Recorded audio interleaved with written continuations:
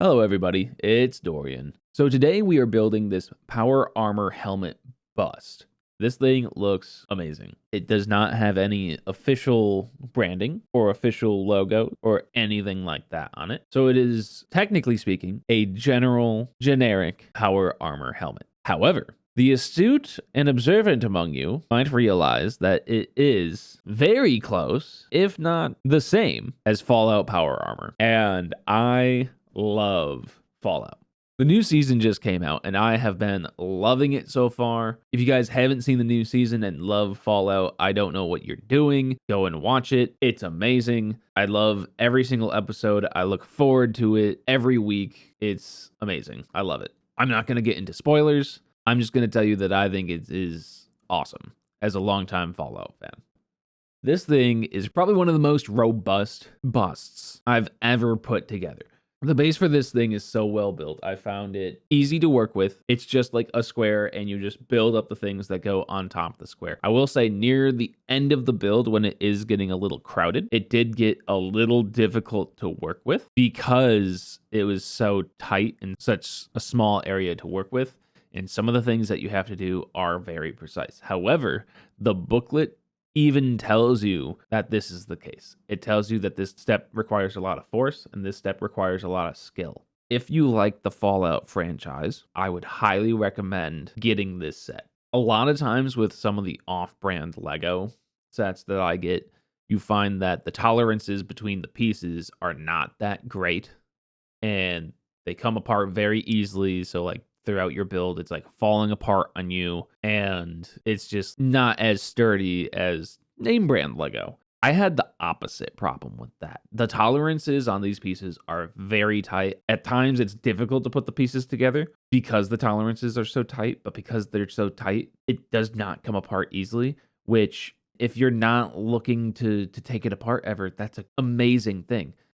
While building this, I did love the thoughts I had going back to like when I first started playing Fallout. My first Fallout was Fallout 3, and I loved playing Fallout 3. I think I have like 500 to 600 hours of it just on my Xbox. I remember I didn't have the DLC for the longest time, so whenever you went to like end the game, like storyline wise, that would literally just be like the end of the game, and in order to continued roaming around and doing stuff, you would have to like reload the save right before that or whatever. So I remember going for the ending and doing the ending and then it being like, all right, cool. You have to reload your save in order to do it. So all that stuff you just did just didn't happen. And I was like, oh wow. I remember having to reload my save and then Liberty Prime was just throwing nukes at the Enclave. And I remember being like, oh, I could use money. So I just walk around, pick up all the guns and the power armor from the Enclave soldiers, fully repair them, take them back to like Megaton or something like that. Sell all the power armor and the guns and just get a lot of caps. I remember one of my challenges for myself back in the day was like, I want to reach 1 million caps.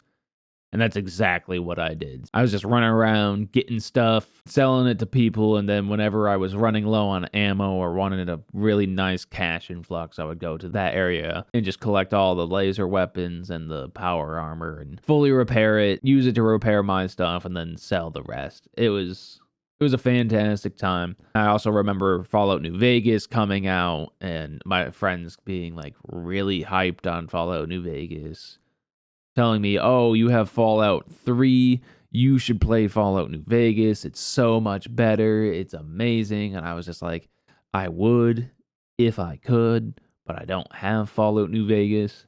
And also I'm poor, so I can't afford Fallout New Vegas. I'm lucky that I have Fallout 3.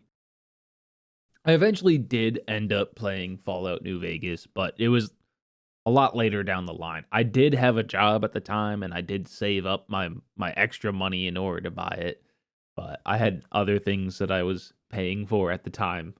So, it's fine. We'll get into that another time. But yeah, no, I remember Fallout 4 also coming out around the same time, but I was otherwise engaged and didn't have the money, so I wish I was able to get the $100 or like the Pip-Boy edition that was out at the time. But by the time I had enough money for it, it was already sold out. but it's fine. I still really enjoyed Fallout 4 and all Fallout 4 had to offer. There were good things that they did with Fallout 4. There were bad things that they did with Fallout 4, but a lot of the bad things, in my mind, you can just ignore and still have a really good time with the game.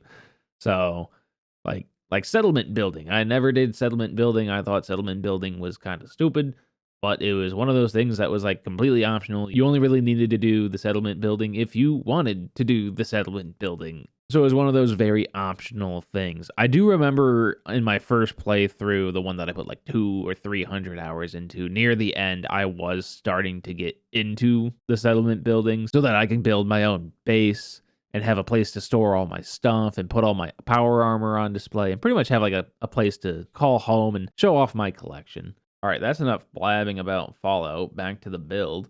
The set has about 1,000 pieces and took me like 4 hours to build. So overall, it wasn't that bad. If you like Fallout and you like Legos, this is like a perfect mix between the two. I highly recommend this set. I had a good time at putting it together.